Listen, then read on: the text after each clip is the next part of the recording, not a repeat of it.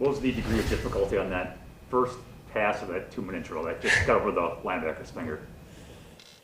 Yeah, I mean that's definitely that takes some talent to be able to roll the ball over a second-level defender, and somebody who was, I don't know, what, 15 or 18 yards deep, whatever he was. So that makes it even more of a challenge. But that's, another weapon or another tool that he has in his tool belt. I mean, that's a big-time throw, and it's nice when you have Devontae can go up and get something like that too. And his body control in the air was, typical Devontae stuff. So that was awesome. That is not an easy throw. That's for sure. Same, just like the corner around the end zone, same type of thing where he's jumping up and just over the fingertips, Luke, I know you've done 2-minute drills time after time in camp. Thursday used to be a 2-minute drill, I don't know if it still is. But have you ever done it to 37 seconds and no timeouts? I'm sure we have. Yeah, we hit a lot of them. I mean, just you could take this training camp and this season alone, and I bet we're near 50 attempts at 2-minute drills. So I bet we've at least done something similar. Maybe we had a timeout, with 37 seconds up. But it's always critical. No matter what 2-minute drill you're in, you got to get the first down. And for us to be able to get that big chunk on the first play, that was huge. That's typically how you get those drives rolling. Luke, I saw on the spike plays to clock the ball, the perimeter guys are coming up to the line, and some of them are sticking a fist forward and others behind. I'm just curious, are they doing that for their own teammates, or are they signaling the officials, like where they're lining up? Like, what's the... Both. Okay. It's for both, yeah. So it's just clean communication with everybody to let you know if your hand's forward, that you're owning the ball, so we don't get an illegal formation. And then if your hand's behind, you're letting everybody else know that you're off the ball. So we typically try to get the outermost guy on the ball, but usually it ends up being the first guy that gets there, takes it, and just lets everybody know, hey, I'm taking it, so you guys can go wherever you need to go. Just get in a legal formation and don't move. From a prep standpoint, is this a more difficult a week than others, just based on their defense and all the stuff they do? No, yeah. I mean, this is a really good football team. They're unique.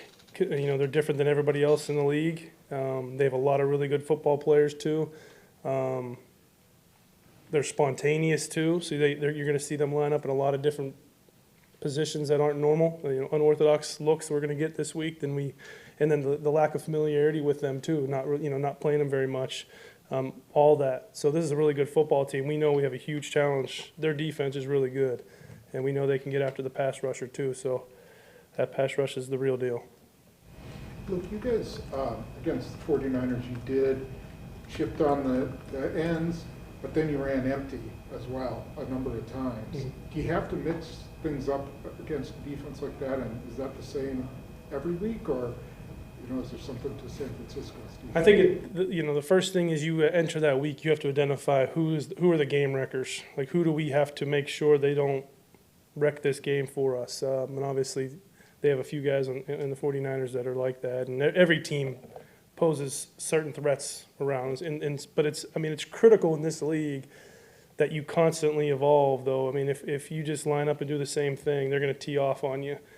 So to be able to chip them, to be able to bluff them, to be able to cut them, to be an empty and get the ball out quickly, all that stuff is really important, and try to frustrate those guys. So, they're using their energy to get back off the ground, or they think they have a good pass rush and the ball's out. So all that stuff, that's huge. And that's important every week. We go into, we have to identify who those guys are, and then two, what are the different ways we can affect them.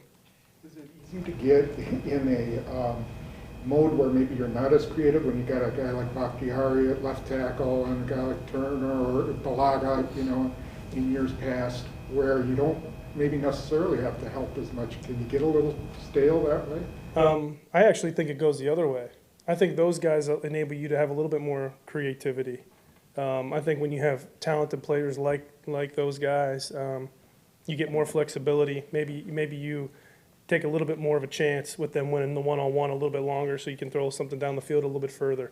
So I think those type of players give you a little bit more flexibility, a little bit more creativity. What about from a protection standpoint, though? The play, I understand. Mm-hmm. Sure, you get to send out more receivers when you got those two guys. But do you wind up being the same in protection a lot of the times? Yeah, you have to. because I think you want to let those guys win one-on-one sometimes, and you also want to help them sometimes. And you don't want them to just have a one-on-one every single play all game long and get teed off on. So I think that's very important. I've been, even way back with McCarthy, that was something that we would all make sure that we talked about all the time, and it's nothing different here. That's one of the first things we do in our preparation for the week Monday night is we sit down and we make sure that we have a really good protection plan that gives them a lot of different looks. Luke, Aaron's not a light fella. I think you've lifted him clean, like a foot up off the ground. Have you been getting in the gym more? But in seriousness, what was that moment like for you? That was cool. I'm typically, a pretty even-keeled person, but whenever I just happened to turn to my right and there he was, and his passion and his fire and excitement of that accomplishment there just kind of got to me for sure.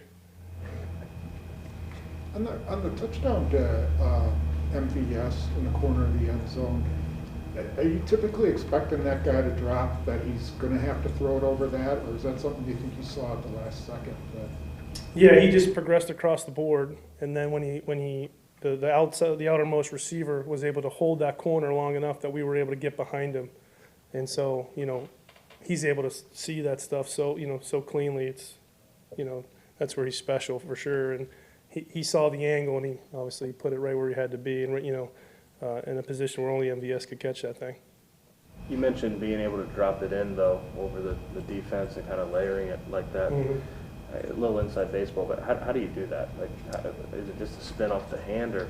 Yeah, no, it's definitely a talent, and it's harder for guys like him who have such a powerful arm. Like usually guys that have the power struggle with that. Guys that don't have the power can layer things a little bit easier. But he has the unique talent of kind of having both. So he can throw the fastball, he can throw the second, the two ball, and he can obviously throw the ball down the field too. So that's where that's where he's unique. He has that capability of doing any one of the three different types of layers of throws.